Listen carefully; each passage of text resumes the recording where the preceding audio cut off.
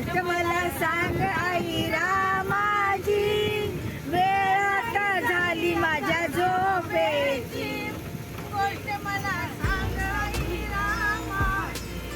राम हसायचा कसा, राम रडायचा कसा, आकाशी कानाला मामा मागायचा कसा. सोडून गेले हरिद्वारका, सोडून गेले हरिद्वारका, विटेवरी उभा तू एक सारखा, विटेवरी उभा तू एक सारखा. सोडून गेले हरिद्वारका, खट्याळ बाई या चोरानं,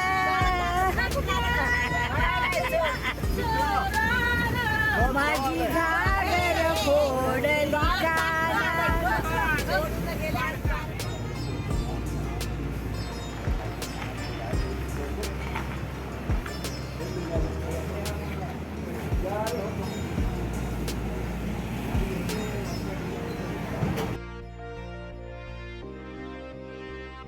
जागा आहे, ही जागा आहे होय. रामाच्या मूर्ती खोदल्यावर इथे निघाल्या, ही जागा आहे ती. श्रीरामाच्या 1828 काहीतरी. हा 1828.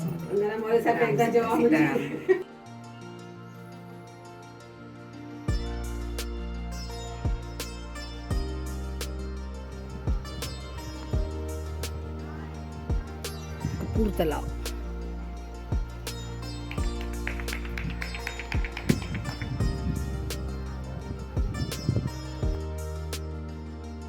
इसको हिंदू राजा ने बनाया था, राजा भोज. उनका समय था 8 AD से लेके 13 तक परमार वंश के राजा भोज, जिसमें विक्रमादित्य, सिंधुराज, मलकदेव और ऐसे कई राजा हुए. और 14 सेंचुरी से लेके 16 तक मुस्लिम. तो मुस्लिम में 4 कैटेगरी: सुल्तान, खिलजी, मुगल और गौरी वंश, जिसमें हुसैन शाह गोरी, गयासुद्दीन खिलजी, नासरुद्दीन खिलजी, सुजात खां, बाजीराव पेशवा, धार के आनंदराव पवार. इस प्रकार माडू के अंदर में डायनेस्टी रहा, जिन्होंने किलों का निर्माण स्टार्ट किया, कंप्लीट किया और पूरे माडू और पूरे मालवा को बसाया. अब जिस जगह पे आप लोग खड़े हैं, इसको झाजमेल का नाम कैसे मिला? इधर मालवापति मुंज के समय मुंजी लेक, सूरज लेक, कपूर लेक, इन साइड में कछुआ टैंक, ये चारों बाजू से पानी से घिरा हुआ है. जब बारिश के दिन में अधिक वर्षा होती है तो मुंज तालाब का पानी कन्वर्ट होकर कपूर लेक में चला आता है. और चांदनी रातों में इसका लुक देखने पर ऐसा दिखता है जैसे मानो कोई जहाज पानी के अंदर खड़ा है. उसी पैटर्न पे इसको झाजमेल का नाम दिया गया. और आर्किटेक्चर की बात की जाए तो इसकी बनावट एक जहाज की शेप में और चारों बाजू पानी होने के कारण झाजमेल का नाम दिया गया. अब यहाँ के फेमस राजा थे गयासुद्दीन खिलजी. उनका समय था 1469 AD से 15 AD का. तो उन्होंने भगवान कृष्ण को कंपेयर किया, उनकी हिस्ट्री पढ़ी कि जिस प्रकार उनके राज्य में 16,108 रानियां रह सकती है, तो गयासुद्दीन खिलजी कहता भाई मैं भी मांडू का क्यों, मांडू का राजा हूँ, ये सब कुछ मैं भी. और दूसरा उनको कुछ कॉपी. उस उद्देश्य को लेकर यहाँ पर एक राजा की 15,000 रानी थी. उन्हें 15,000 लेडीज से शादी नहीं किया. एक्चुअली करता क्या था, जिस जगह पे अटैक किया वहाँ की सारी लेडीजों को उठा के हरम के अंदर रखता था. तो ये अंदर का पार्ट है हरम. हरम वो जगह होती है जहाँ सिर्फ लेडीज से रहा करती थी, जिसमें जेंट्सों का आना जाना अलाउ नहीं. और जितने भी सोल्जर वर्कर होते थे, लेडीज और किन्नर को रखा जाता था. और झाजमेल का लंबाई है 120 मीटर, हाइट है 20 मीटर और इसमें कई प्रकार का आर्किटेक्चर. तो जैसे हम आगे बढ़ेंगे वैसे आपको जानकारी मिलती रहेगी. ये कछुए के आकार का स्विमिंग पूल है. कछुआ मतलब लोटस, कछुआ. उधर हेड है, इधर टेल है. ऊपर टेरेस पे लोटस कमल के आकार का स्विमिंग पूल है. और उधर बना है वीर बावड़ी. तो पहले चलता था रेन वाटर हार्वेस्टिंग सिस्टम, मतलब छत और बारिश के पानी को ज़्यादा से ज़्यादा जमा करो, इकट्ठा करो. तो छत का जितना पानी होता था वो लोटस में इकट्ठा होता था और एक था इस वीर में. और उसी पानी को फिल्टर करके हरम की महिला नहाने धोने पीने के लिए यूज़ करती थी. अब यहाँ पे गयासुद्दीन खिलजी को 15,000 लेडीज़ में से 2 प्रकार की लेडीज़ें पसंद नहीं थी. तो उन्हें और ज़्यादा ब्यूटीफुल बनाने के लिए 2 प्रकार के उपाय किए जाते थे. एक वो जब सबसे ज़्यादा फेट या मोटी होती थी तो उनका वेट कम करने के लिए एक्सरसाइज. तो जामी मस्जिद के बाजू में आप अशरफी महल देखोगे, वहाँ पर हर एक स्टेप पे सोने का एक कॉइन्स रखा जाता था और रानियों को कहा जाता था कि आप इन्हें उठा के कलेक्ट कीजिए. तो उन्हें उठाने के लिए झुकना पड़ता था, खड़े होना पड़ता था, सीढ़ी चढ़नी पड़ती थी. और जितना भी कलेक्ट होता था या तो रानियाँ अपने पास रखती थी या गरीब में दान करती थी. तो एक तरीके से गरीबों की गरीबी दूर होती थी, तो सेकंड टाइम में मोटी बेगम का वेट वजन कम होता था, उसके आधार पे अशरफ फीमेल नाम दिया गया। दूसरी बेगम, उम्र के हिसाब से बालों का सफ़ेद होना, सुंदरता में कमी। तो इसके अंदर जंगल की जड़ी बूटियाँ, कपूर, अरीठा, गुलाब जल, चंदन, ये सारी चीज़ें डाल के इसमें रेगुलर स्नान करते थे, जिससे उनके काले बाल काले बने रहते थे, उनकी सुंदरता बनी रहती थी। इस प्रकार के उपाय रानी और बेगमों के लिए, तो ये रानियों का ब्यूटी पार्लर है। जहाजमहल, जैसे लंगड़े बुजुर्ग व्यक्ति देख नहीं पाते, चढ़ नहीं पाते, जहाजमहल का मिनी मॉडल। अभी ये 2 साल हुआ इसको बनाया। मिनी मॉडल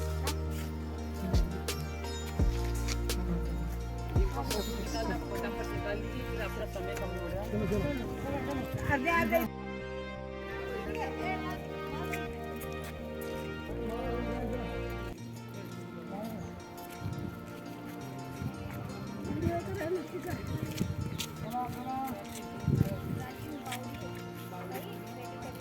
महल ते जास्वंदाचं फूल किती छान आहे.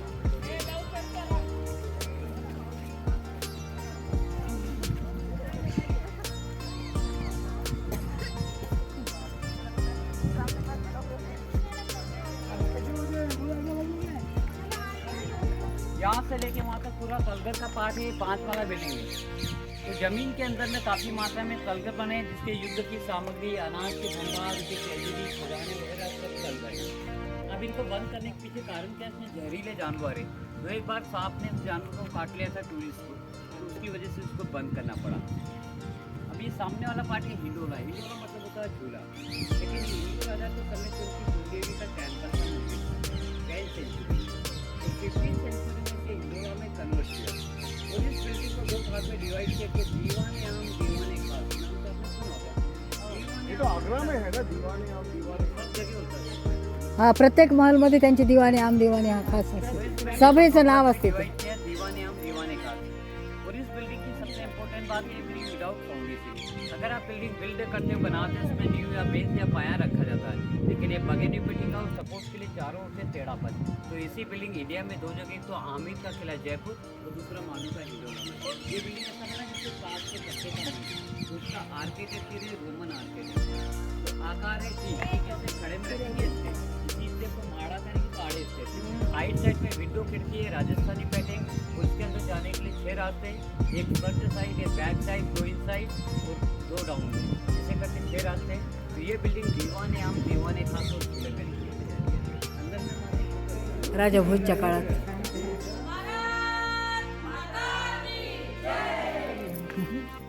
बड़ी मासी है। मैं बड़ी हूँ, ये सबसे बड़ी मासी है. हाँ, सुनिए कि चंपा तुझ में 3 गुण, रंग रूप और वास। चंपा तुझ में 3 गुण, रंग रूप और वास, अवगुण तुझ में कौन सा, जो भंवर न आए पास।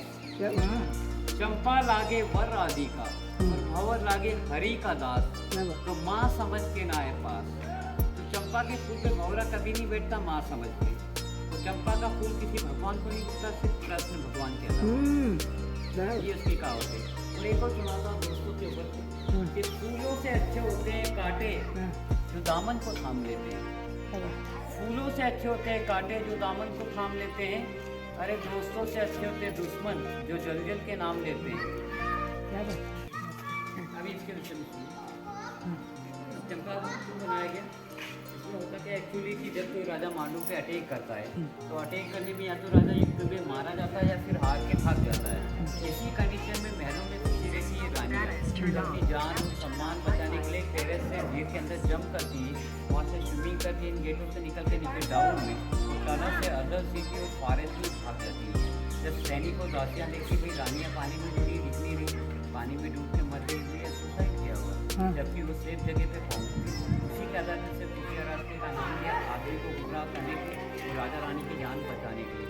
ये गुप्त रास्ते के रूप में यूज होता है, जिसका नाम है एमरजेंसी एग्जिट ऑफ चंपा बाउरी। चंपा एक रानी का नाम है, चंपा एक फ्लावर का डिजाइन।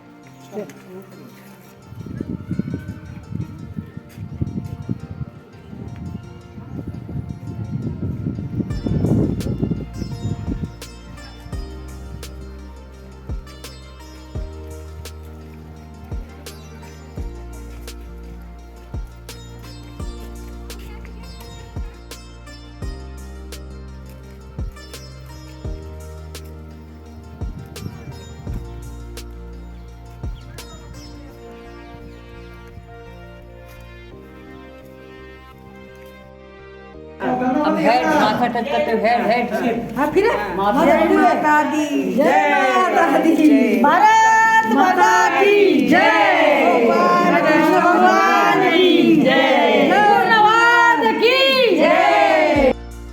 मैं बात हूँ हमाम एक उर्दू, अरबी और फारसी शब्द है। अरबी में इसको बोलते हैं जकूज़ी। इसमें स्टीम बाथ, सोना बाथ, ठंडा गर्म पानी कैसे बनता है उसका सिस्टम। ये चूल्हा है आग जलाने के लिए, ये बर्तन है रखने का खिया, इसका वॉल अंदर जा रहा है, ये पानी गिरने का, ये अंदर से ऊपर होल जा रहा है, इसका कनेक्शन वहाँ से धोया जाता हूँ ऊपर।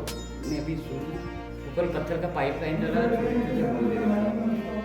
तो यहाँ पर फायर आग जलाई जाती है, कॉपर का पात एक बर्तन रखा जाता है और उस बर्तन में इन वॉल से पानी गिरता है, इसे बंद करते हैं और उस पानी का जितना भी स्टीम या भाप होता है वो इन वॉल से निकल के कमरे के चारों ओर फैल जाता है। जब वो ठंडे पानी से नहा के अंदर आते हैं तो हमारा उस भाप नुकसान करते हैं, अपनी बॉडी को गर्म करते हैं, जिससे कहा जाता है स्टीम बाथ। सन बाथ, ऊपर में ग्लास लगे रहते हैं कांच। जब वो ठंडे पानी से नहा के अंदर आते हैं सूर्य की रोशनी में अपनी बॉडी को गर्म करते हैं, जिससे गोवा होता है, उसे कहा जाता है सन बाथ। दो टंकी पानी की साइड में दो साइड में, जिसमें जंगल की जड़ी बूटियाँ, फ्लावर वगैरह मिक्स होता है। जब ठंडे से नहाना तो ठंडे की व्यवस्था, गर्म से नहाना तो गर्म की व्यवस्था, मीडियम पानी से नहाना तो मीडियम की व्यवस्था और नल जैसा सिस्टम खुला। ये 20 सेंटर में पानी की टंकी है, सारा पानी इसमें जमा होता है और ये ड्रेनेज सिस्टम। नहाने के बाद कमरे गंदे होते हैं तो कमरे की सफाई के लिए पानी ओवरफ्लो यहाँ से छोड़ा जाता है, तो कमरे की सफाई करने के बाद सारा गंदा पानी सेपरेट है, नल कनेक्शन अंदर।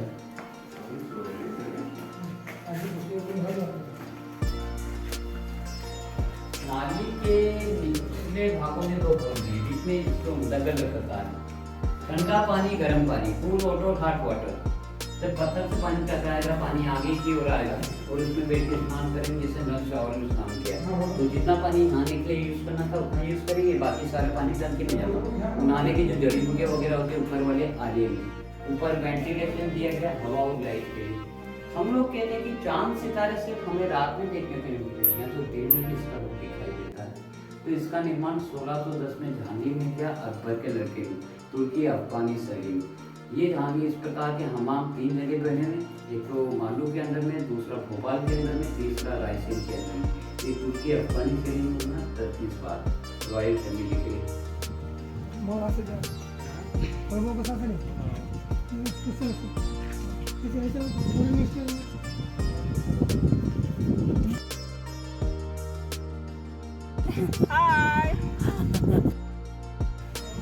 जय श्री राम। जर तिच्यावर प्रेम होतं तो गायक होता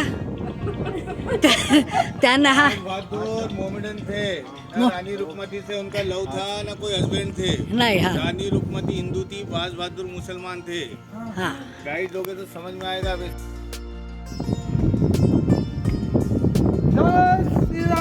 जय श्री राम, जय महाकाल।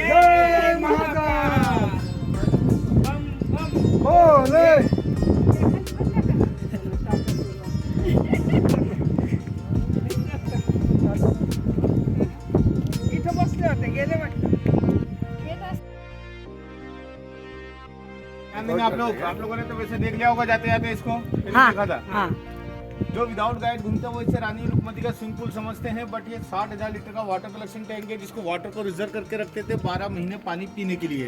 अरे जो सैनिक इस बिल्डिंग पे रहते थे बाउंड्री वाल की सुरक्षा के लिए, उनकी पानी पीने की फैसिलिटी है।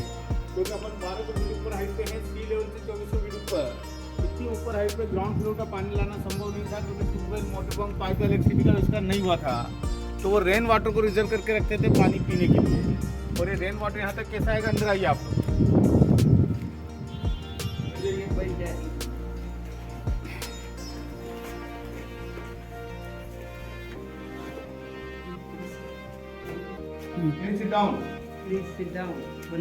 देखिए जितना भी रेनी सीजन का वाटर पूरी बिल्डिंग का छत का पानी छत के ऊपर आता था, और इस छत का स्लोप का डायरेक्शन आपके बैक साइड में जो वॉल है, सेंटर में 4 स्टोन लगे हुए वहां ऊपर देखिए, वैसी आर्च के बीच में दिख रहे हैं, वहां पर एक होल था जिसको गवर्नमेंट ने बंद कर दिया है। उसके जरिए पानी 5x5 के टैंक में आता था।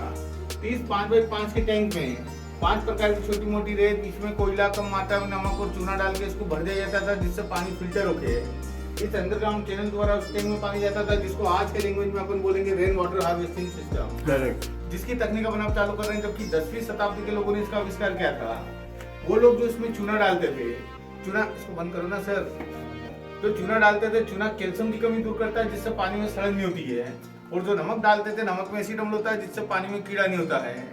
और जो चारकोल होता है यानी कि कोयला, उसको आज भी एक्वागार्ड, आरओ वगैरह में यूज किया जाता है कार्बन के रूप में।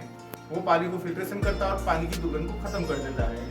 तो उस टाइम में पानी पीने योग्य रहता था। और जब भी इस टाइम में से पानी निकालते थे किसी बर्तन में, तो एक कपड़े के जरिए उसको छान लिया करते थे। अभी आप लोग जिस बिल्डिंग को विजिट करने आए, इसे रूपमती पवेलियन कहा जाता है, रूपमती मंडप। बट रानी रूपमती यहाँ रहती नहीं थी। यहाँ से 7 किलोमीटर दूर आगे झाजमहल है। झाजमहल के अंदर एक साई परिसर नाम की बिल्डिंग है, जिसे रॉयल पैलेस कहते हैं। उसके अंदर रानी रूपमती रहा करती थी। रोज ना घोड़ा गाड़ी पालकी द्वारा आना, ऊपर से नर्मदा नदी के दर्शन करना, और दर्शन करके जब वापस रिटर्न जाती थी, उनके बाज बहादुर का महल है, वहाँ पे जाकर उनको कुछ क्लासिकल गीत सुनाना और वापस झाजमहल में चले आना। बट इस बिल्डिंग को 10वीं शताब्दी में राजा भोज ने बनवाया था, जिसके बारे में शायद आप लोगों ने कहावत सुनी होगी कि कहाँ राजा भोज और कहाँ गंगू तेली। तो इस बिल्डिंग का जो ग्राउंड फ्लोर है, ये एल शेप में बना हुआ है। घोड़ों का अस्तबल था, यहाँ पे घोड़े बांधे जाते थे। और फर्स्ट फ्लोर पे सैनिक रहते थे। इस बिल्डिंग को बनाने का रीजन ये रहा है कि एमपी को 2 भागों में बांटा गया, यहाँ से मालवा और निमाड़। तो मालवा की लास्ट बाउंड्री बना हुआ है, इसके back side Nimar valley. Nimar valley से 1200 फीट ऊपर हाइट पे है अपन। दुश्मन कहीं से भी अटैक करे तो यहाँ से दिखाई दे, क्योंकि ये मांडू की टॉप लेवल की जगह है। मांडू बैकग्राउंड आप लोग शायद आलमगीर दरवाजा, भंगी दरवाजे ऐसे क्रॉस करके आए होंगे। तो मांडू किले की जो बाउंड्री है, वो भंगी दरवाजे से स्टार्ट होती है और राउंड फिगर घूम के आप भंगी दरवाजे को टच करती है, जो 72 किलोमीटर का दायरा बनता है, जो कि एशिया का सबसे बड़ा किला कहलाता है। उस समय यहाँ पे 3,03,000 इमारतें रही और 9 लाख की जनसंख्या। उसके बाद में सेकंड नंबर आता है बसरा का, जो इराक का एक शहर है, वहाँ की आबादी 5 लाख थी। और 3rd नंबर पे आता है दिल्ली। दिल्ली की जनसंख्या 3 लाख थी। आप लोगों ने शायद राजा विक्रमादित्य का नाम सुना होगा। राजा विक्रमादित्य के समय में पूरे भारतवर्ष की राजधानी उज्जैन रही है, अवंतिका। और राजा भोज के समय में धार और मांडू। तो धार और मांडू का ऐसे नाम था कि कोई भी बाहर का आदमी यहाँ बसने आता था, तो उसे हर घर से, कोई राजा नहीं देगा, हर घर से एक सोने का सिक्का और एक पत्थर यानी कि स्टोन दिया जाता था मकान बनाने के लिए। तो यहाँ की जनसंख्या हुई थी 9 लाख की। अब रानी रूपमती और बाज बहादुर का इतिहास है 1556 का, यानी बिल्डिंग बना हुआ 10वीं शताब्दी का। उसके 550 साल बाद, जब मुगल पीरियड था, पूरे हिंदुस्तान में अकबर का शासन था। तो बैरम खान द्वारा, बैरम खान अकबर के एक सेनापति थे, बैरम खान द्वारा बाज बहादुर को मांडू लाया जाता है, पूरे मालवा का सूबेदार बनाया जाता है मालवा की सुरक्षा के लिए। तो जब बाज बहादुर मांडू में आते हैं, जो नीचे बाज बहादुर का महल है, उसे 1508 में नासुद्दीन खिलजी ने बनवाया था।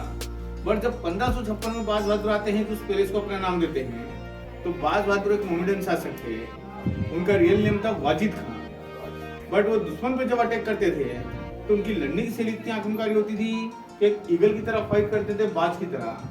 तो अकबर ने उनको टाइटल नेम दिया था बाज बहादुर, जब से बाज बहादुर नाम से जाने जाते हैं। तो बाज बहादुर के 2 शौकरे हैं, एक संगीत और एक शिकार। रानी रूपमती डायरेक्शन में यहाँ से 27 किलोमीटर दूर धर्मपुरी है, जो नर्मदा नदी के किनारे एक छोटा विलेज है। अभी रनिंग कंडीशन में तहसील पैलेस है। वहाँ के जमींदार थान सिंह की बेटी रानी रूपमती। रानी रूपमती का बचपन से ऐसा नियम था कि जब तक नर्मदा नदी के दर्शन नहीं करती थी, तब तक अन्न और जल ग्रहण नहीं करती थी। वो काफी खूबसूरत थी, उनको हर तरह के क्लासिकल गीत आते थे, हर तरह के गीतों में काफी माहिर। राजा मानसिंह के साथ होती है गुना डिस्ट्रिक्ट में, जो कि एमपी में लगता है, जिसको आजकल अशोकनगर कहा जाता है। 500 किलोमीटर दूर की दूरी होने की वजह से रानी रूपमती को नर्मदा नदी के दर्शन नहीं होते थे, तो उनको भूखे प्यासे रहना पड़ता था। इसी कारणवश मानसिंह को ज्यादा याचना ही नहीं देना चाहते थे कि कब तक भूखी प्यासी रोगी, सच अपने माता पिता के घर लौट जाओ। उनका त्याग कर देते और उनको धर्मपुरी वापिस छोड़ देते। अब रानी रूपमती का डेली का नियम रहता है धर्मपुरी में फर्स्ट टाइम नर्मदा नदी के दर्शन करना, फिर अपने माता पिता की सेवा करना। फिर धर्मपुरी में एक नागेश्वर मंदिर है, जहाँ पर बैठकर अपना संगीत का अभ्यास क्या करती थी। एक दिन सुल्तान बाज बहादुर शिकार खेलने निकलते हैं, तो शिकार का पीछा करते हुए धर्मपुरी चले आते हैं। तो इनके सैनिक द्वारा इनको मालूम पड़ता है कि यहाँ पे एक रूपमती नाम की लेडीज है, जो बहुत अच्छा गीत जानती है। तो ये उनके दरबार में जाते हैं, रानी रूपमती के गीतों को सुनते हैं। कहा जाता है कि इनके गीत सुनने का सिलसिला क्रम 1 साल तक चलता रहा। डेली मांडू से धर्मपुरी आना, उनके गीतों को सुनना और रिटर्न मांडू आना। बट एक बार रानी रूपमती राग मेघ मल्हार गीत गा रही थी। राग मेघ मल्हार की खासियत है कि विदाउट रेनी सीजन में गाने से ही बारिश होने लगती है। तो रानी रूपमती जब राग मेघ मल्हार गीत गा रही थी, जिससे बारिश होने लगी, या देख के सुल्तान बाज बहादुर काफी खुश होते हैं और रानी रुकमती को ऑफर करते हैं कि आपको संगीत के लिए हमारे साथ मांडू चलना पड़ेगा। तो रानी रुकमती एक शर्त रखती है कि सुल्तान मालवा, हम आपके साथ मांडू चलने को तैयार है, लेकिन हमारी एक शर्त है कि जब तक हम नर्मदा नदी के दर्शन नहीं करते हैं तब तक अन्न और जल ग्रहण नहीं करते हैं, और अन्न और जल ग्रहण नहीं करेंगे तो हम जीवित कैसे रहेंगे। तो सुल्तान बाज बहादुर बोलते ठीक है, इस बात की व्यवस्था हम करवाएंगे। तो रानी रुकमती को वादा करके मांडू लाया जाता है।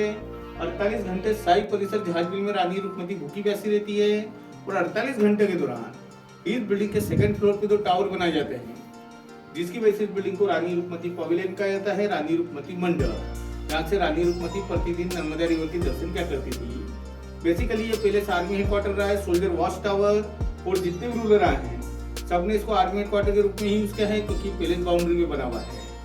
बाद में बाज बहादुर अकबर से बगावत कर लेते हैं, अपने आप को यहाँ का इंडिपेंडेंट किंग खान मालवा टेक के लिए पहुंचाते हैं। बाज बहादुर आजम खान में युद्ध होता है, युद्ध के दौरान बाज बहादुर मैदान छोड़ के भाग जाते हैं। आदम खान रानी रुकमती को परेशान करने की कोशिश करता है तो वो डायमंड सुसाइड कर लेती है, हीरे को निगल जाती है, जिससे बाजू में आता है उनकी डेथ हो जाती है। यानी रानी रुकमती और बाज बहादुर में ना तो कोई लव स्टोरी थी, ना कोई हस्बैंड वाइफ का रिलेशन था, खाली एक संगीत प्रेम की वजह से इन दोनों का नाम जाना जाता है। क्योंकि बाज बहादुर एक बहुत अच्छे सिंगर थे, बट रानी रुकमती उनसे कहीं ज्यादा बेटर थी, तो उनसे गीत सीखने के पर्पज से मांडू में लेके आते हैं। बाज बहादुर निचाले प्लेस में रहा करते थे और रानी रुकमती जहाज में। इस बिल्डिंग को बनाने में जिस मटेरियल का यूज किया गया है, इसमें उड़द की दाल, गुड़, गोंद, सरेस, चूना, रेत और बिल पत्थर का फल जिसको बेल कहते हैं, उसके मिश्रण से बिल्डिंग बनाया गया, क्योंकि जमाने में सीमेंट का आविष्कार नहीं हुआ था। और आप जो फर्श देख रहे हैं इसको 2004 में कंक्रीट किया गया, उसके पहले कच्चा था, क्योंकि घोड़ों का अस्तबल था तो उसको कच्चा ही रखा जाता है। जो सीमेंट होता है वो 100 साल बाद मिट्टी बन के गिरना चालू होता है, और जो मटेरियल मैंने आप लोग को बताया वो 100 साल बाद स्टोन होता है, स्टोन बन जाता है। रिजल्ट आप लोग के सामने है, 10वीं शताब्दी का बना हुआ बिल्डिंग और अभी 21वीं चल रही है, यानी 1100 साल रनिंग चल रही है। इधर आइए मेरे साथ ऊपर।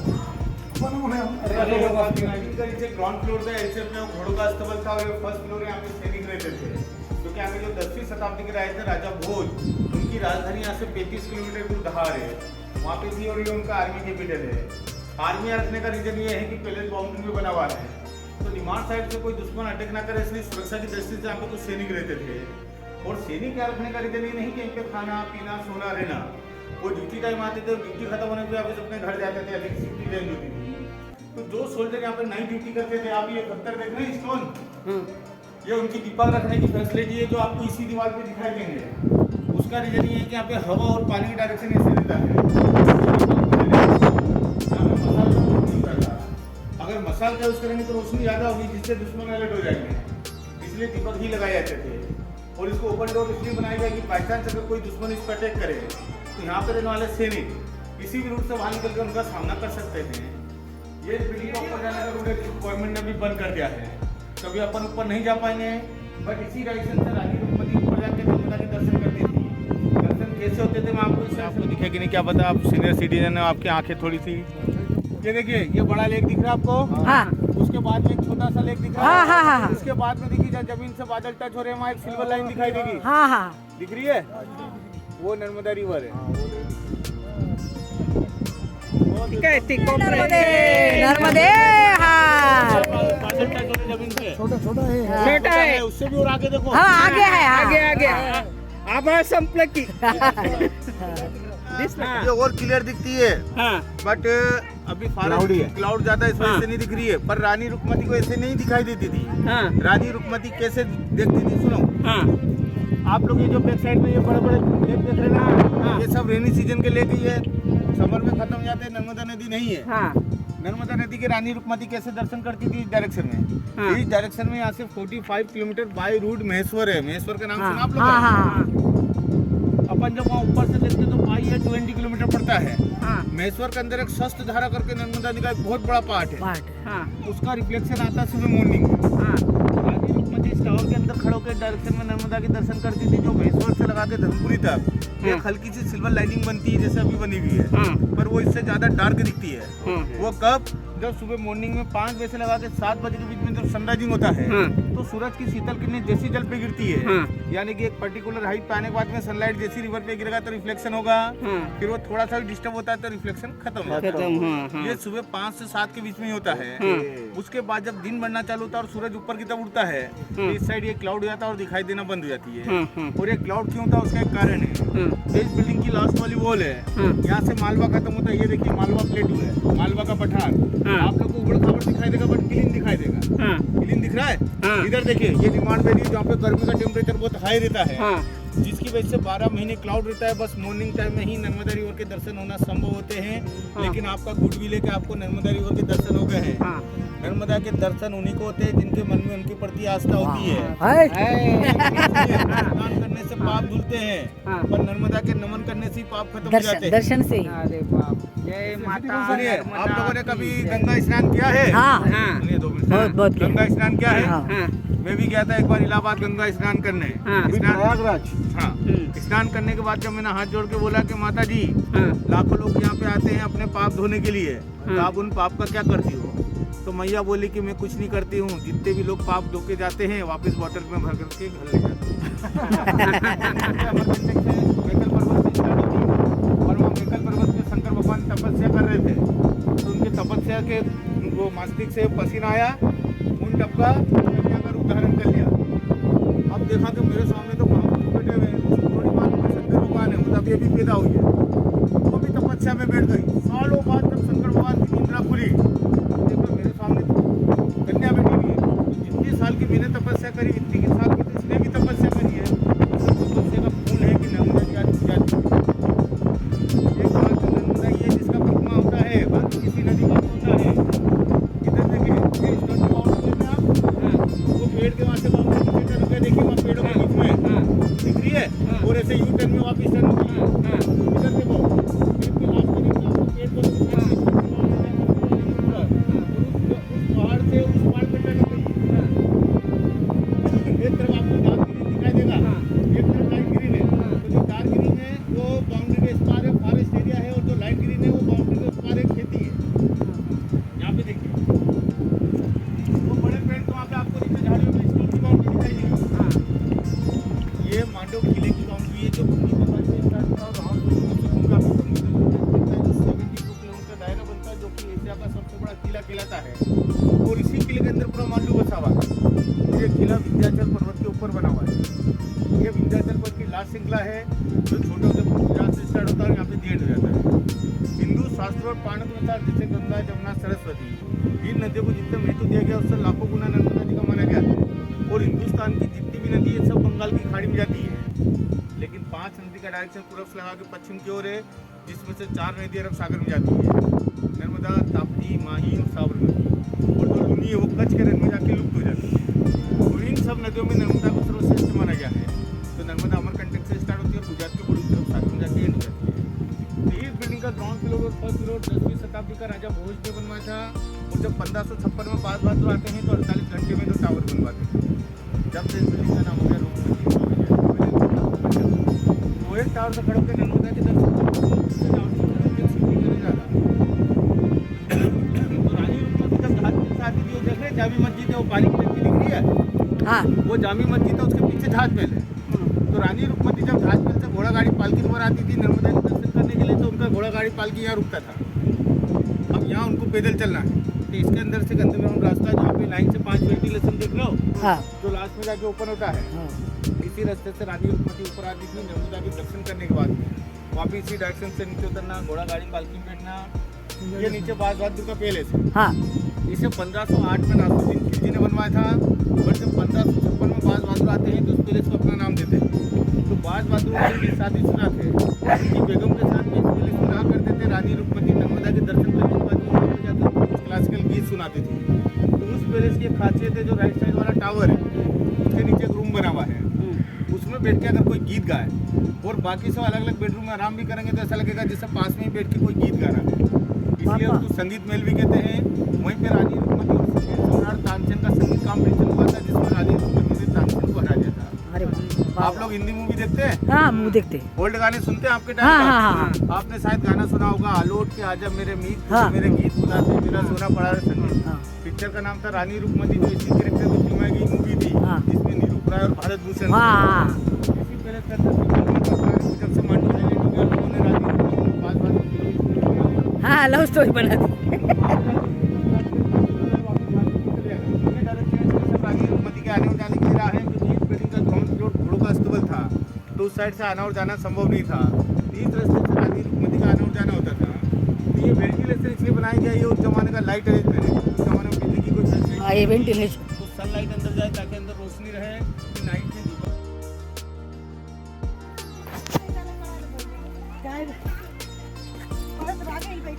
काय झालं